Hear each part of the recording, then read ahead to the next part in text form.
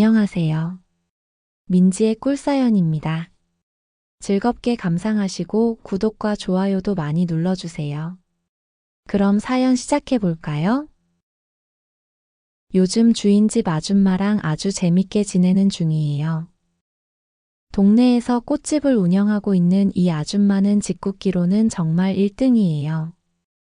저에게 노골적인 농담도 대놓고 엄청 많이 하는 편이고요. 처음에 저를 꼬드길 때도 자꾸 저보고 꽃집에 놀러 오라고 하더라고요. 꽃에 물도 좀 주고 자기한테도 물 좀 주고 그러래요. 처음에는 그런 노골적인 농담을 들으면 너무 놀라서 얼굴이 빨개지고는 했는데요. 이제는 그러려니 하면서 저도 아줌마의 그런 농담들을 즐기고 있네요.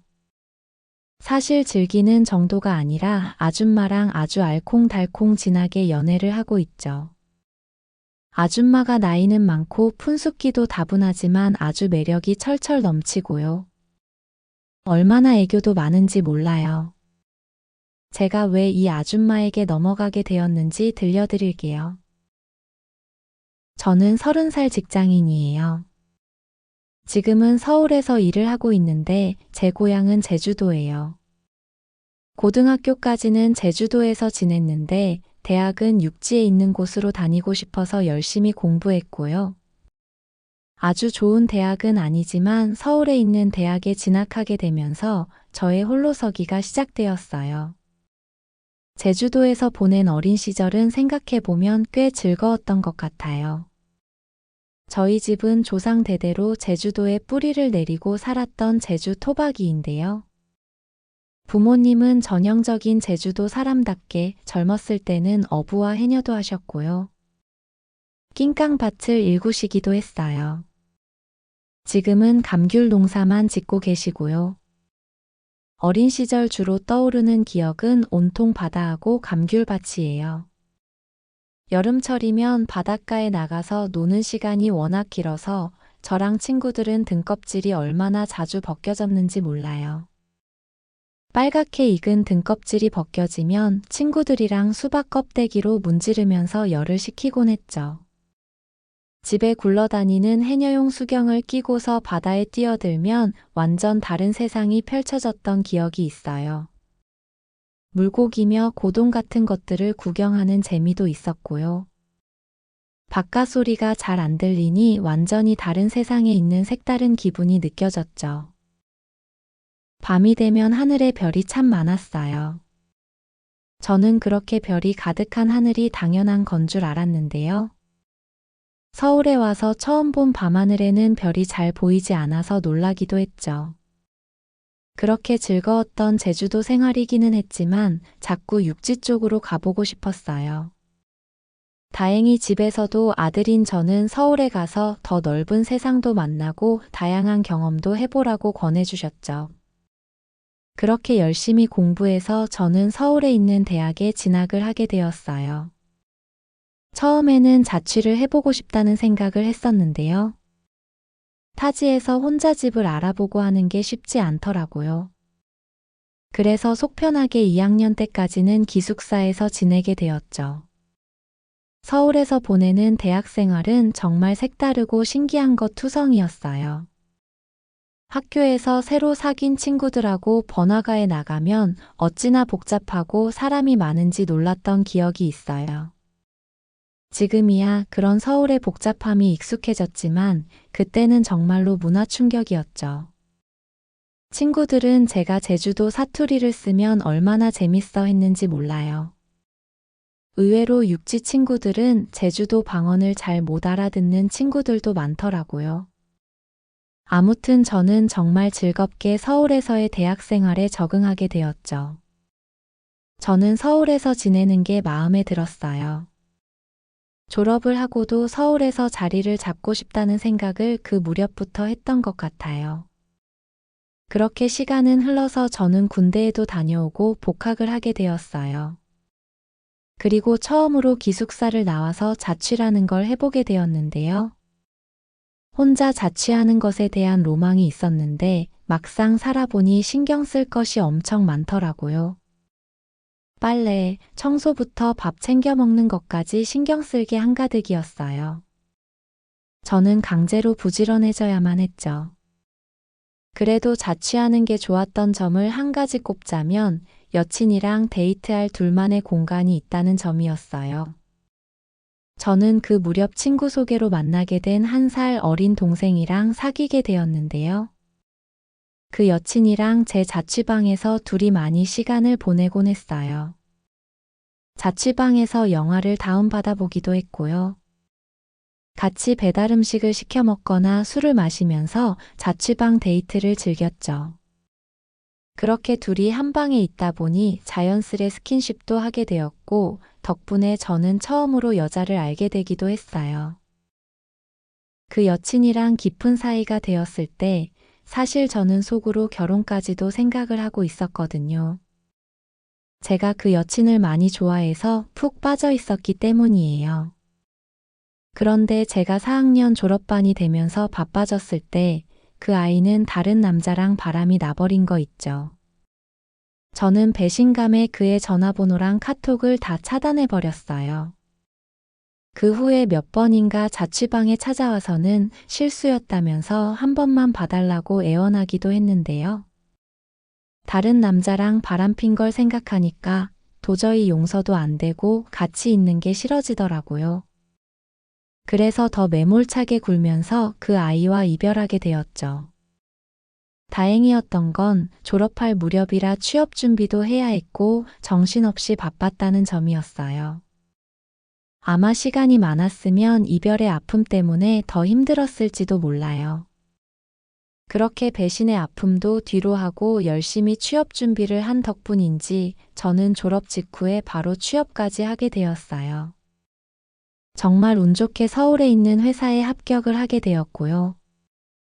이제는 서울에 온전히 정착할 수 있겠다는 생각에 기분이 날아갈 것 같았죠.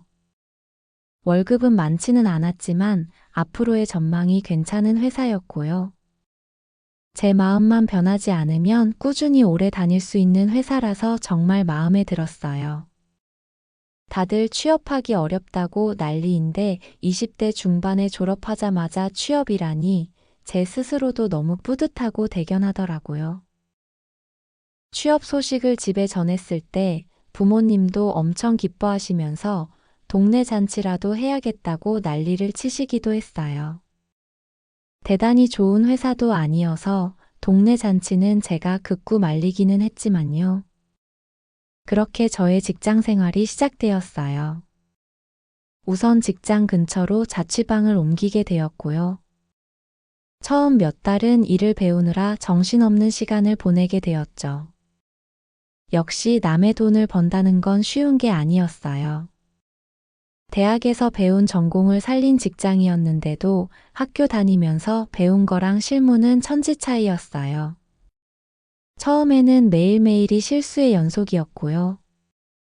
직장 상사들에게 깨지기도 많이 깨지고 멘탈이 다 무너져서 퇴근한 날도 많았죠.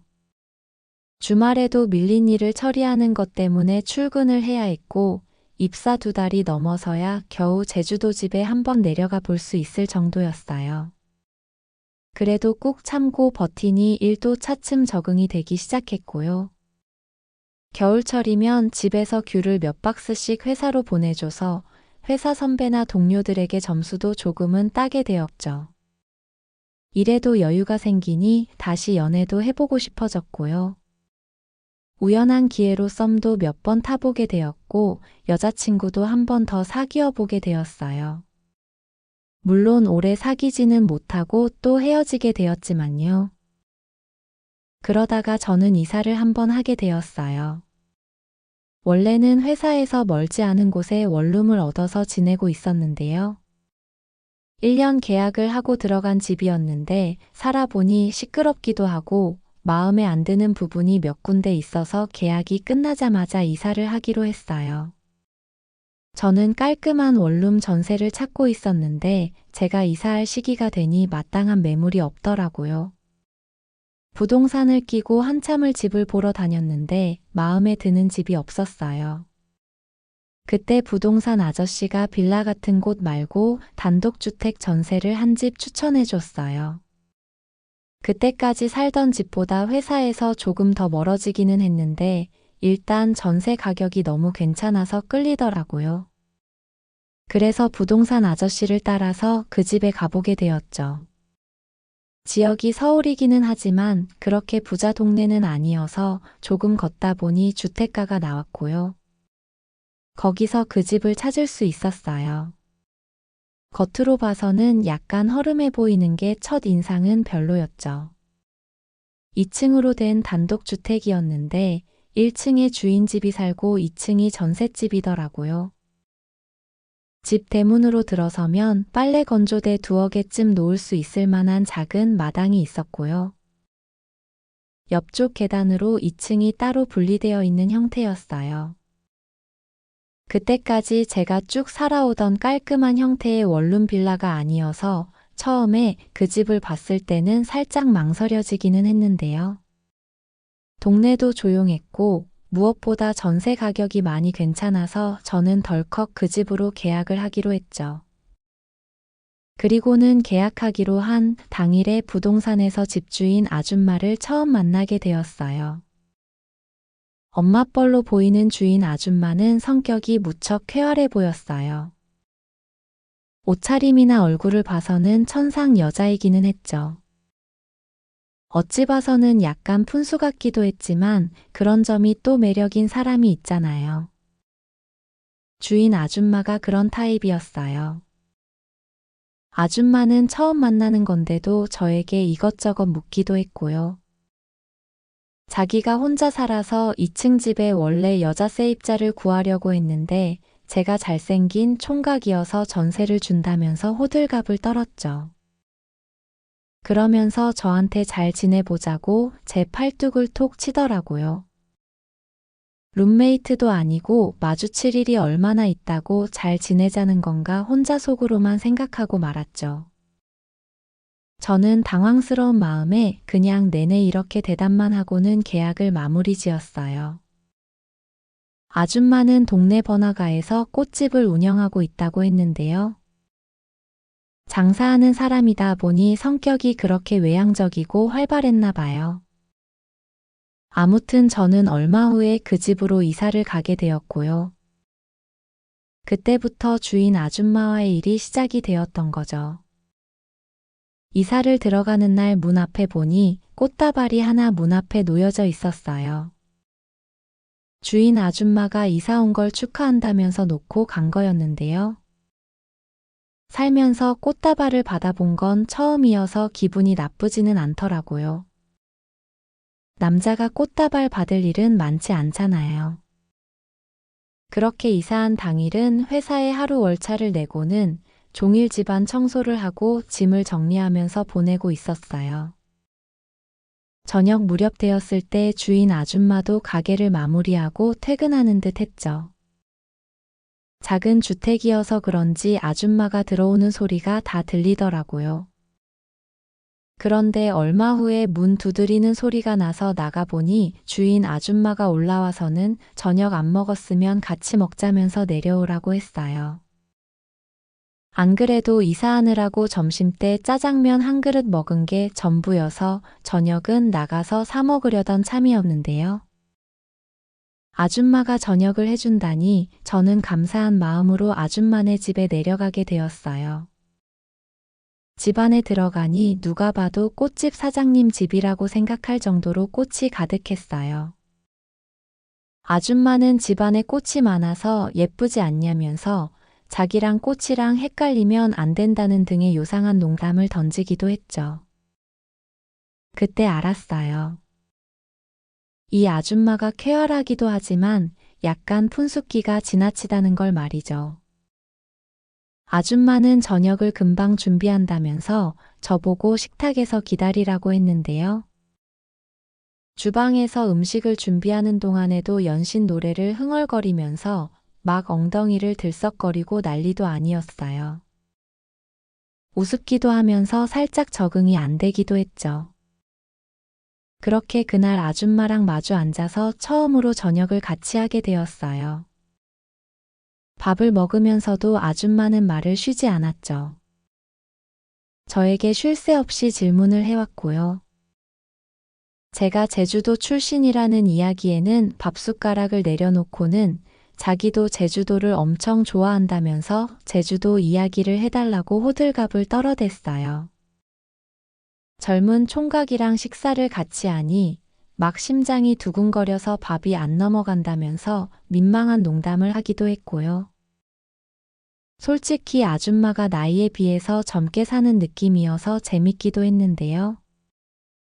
약간은 기가 빨리는 느낌이 들기도 했죠. 그래도 아줌마 덕분에 그날 저녁은 든든하게 먹었고요. 저도 덩달아서 이야기도 많이 하다 보니 의외로 아줌마하고의 시간이 즐거운 듯 했어요. 그렇게 아줌마하고 인연이 시작되고 있었죠. 출퇴근하면서 종종 아줌마랑 마주치면 아줌마는 엄청 활기차게 인사하면서 아는 체를 해주었고요. 가끔씩은 가게에서 남는 꽃이라면서 꽃을 가져다 주기도 했죠. 저는 퇴근이 늦을 때가 많아서 저녁은 주로 회사에서 먹고 들어올 때도 많았는데요. 어쩌다가 일찍 집에 오는 날이면 아줌마는 쪼르르 올라와서는 꼭 저녁을 같이 먹자고 했죠. 그렇게 몇 번 저녁을 얻어먹고 나니 저도 뭔가 보답을 하고 싶어서 아줌마에게 어울릴 만한 화장품 몇 개를 선물하기도 했어요. 핸드크림이나 립스틱 같은 거요. 아줌마는 제가 그런 선물을 드리면 지금 자기 꼬시는 거냐면서 장난스레 막 들이대고는 했는데요. 그럴 때면 저는 아주 난처해서 얼굴이 빨개지곤 했죠. 아무튼 아줌마하고 친해지는 데는 그닥 오랜 시간이 걸리지는 않았어요. 일주일에 꼭 한두 번은 아줌마네 집에 가서 저녁을 얻어먹게 되었고요. 그러면서 대화도 많이 나누다 보니 금세 친근한 사이가 되어버렸죠. 어느 날인가는 같이 저녁을 먹던 중 아줌마가 혼자 사는 게 궁금해서 조심스레 물어본 일이 있었는데요. 아줌마는 젊었을 때 한 번 결혼을 하기는 했는데 남편이 바람이 나서 이혼을 하게 되었다고 했어요. 몇 년 살지도 못하고 그런 일이 생겨서 남들 다 가지는 애도 못 가져봤다고 했고요.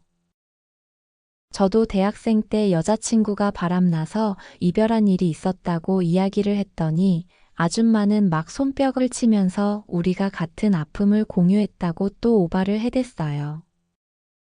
그러더니 이런 이야기는 그냥 밥 먹으면서 할 수가 없다고 냉장고에서 소주를 한 병 꺼내왔고요.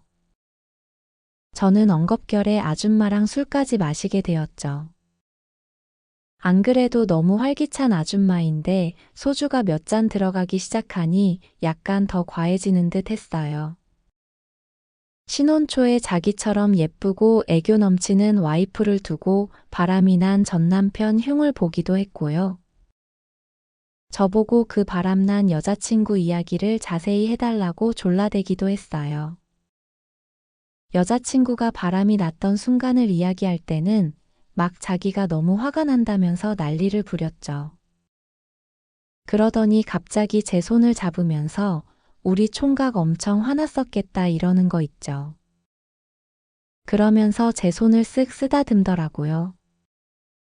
저는 약간 당황해서 손을 빼게 되었는데요. 그랬더니 아줌마는 안 잡아먹는다면서 약간 토라졌다는 식으로 장난을 치기도 했어요. 그날 그렇게 이야기 삼매경에 빠지다 보니 아줌마랑 소주를 3병이나 나눠 마시게 되었죠. 저는 취기가 올라와서 정리하고 올라가 보겠다고 했는데요. 아줌마는 갑자기 분무기를 들더니 식탁에 있던 꽃에 물을 뿌리면서 이야기를 했어요. 예쁜 꽃들은 내가 이렇게 신경 써서 물을 주는데 나도 누가 물 좀 줬으면 좋겠다 이렇게요. 그러면서 저를 슬쩍 쳐다보더라고요. 저는 아줌마의 그 농도 짙은 짓궂은 농담의 의미를 대번에 알 것 같았어요. 너무 당황스럽고 놀라서 저는 많이 취해서 올라가 보겠다면서 꾸벅 인사를 하고 도망치듯이 밖으로 나와서 제 집으로 올라갔죠. 그날 침대에 누워서 잠을 청하려는데 아줌마의 그 말이 자꾸 생각이 나더라고요. 저는 그전까지는 아줌마에게 조금도 은큼한 마음을 가져본 일이 없었는데요. 그날부터 아줌마랑 그런 사이가 되는 게 계속 상상이 되면서 혼란스러워지기 시작했어요. 나이는 많지만 천상 여자 같기도 하고 애교도 넘치는 타입이라서 연애할 때도 화끈할 것 같은 생각이 들기도 했고요. 또 한편으로는 엄마뻘인 아줌마를 상대로 그런 상상을 하는 제 모습이 어처구니가 없기도 했어요. 그 후로 아줌마를 마주치면 얼굴이 빨개지면서 요상한 느낌이 들기 시작했죠. 아줌마는 그런 제 마음을 아는 건지 모르는 건지 그 후로도 계속 들이대고 짓궂게 저를 대했어요. 어느 날인가는 출근할 때 아줌마를 마주치게 되었는데요. 저를 보고는 꽃에 물 주러 언제 올 거냐고 물어보는 통에 제 얼굴이 갑자기 빨개졌고요. 저는 얼버무리면서 대답도 잘 못하고는 도망치듯이 그 자리를 피해버리는 일도 있었어요. 아줌마는 빠른 걸음으로 도망가는 제 뒤에서 회사 잘 다녀오라면서 깔깔거리고 웃어댔죠. 그런데 사람 마음이 참 이상한 것 같아요. 아줌마가 그렇게 들이대고 노골적으로 신호를 보내니 제 마음이 흔들리는 게 느껴지기 시작했어요. 저도 남자라서 어쩔 수가 없었던 것 같아요. 마침 여자친구랑 헤어지고 꽤 오래 연애를 못해서 외롭기도 했고요. 아줌마 정도면 꽤 괜찮은 연애 상대가 되지 않을까 하는 생각에 아줌마랑 일을 저질러 볼까 하는 생각까지 하게 된 거죠. 그런 마음을 먹게 되고 며칠 후였어요. 그날은 약간 이른 퇴근을 하고는 집에 돌아가는 길이었는데요.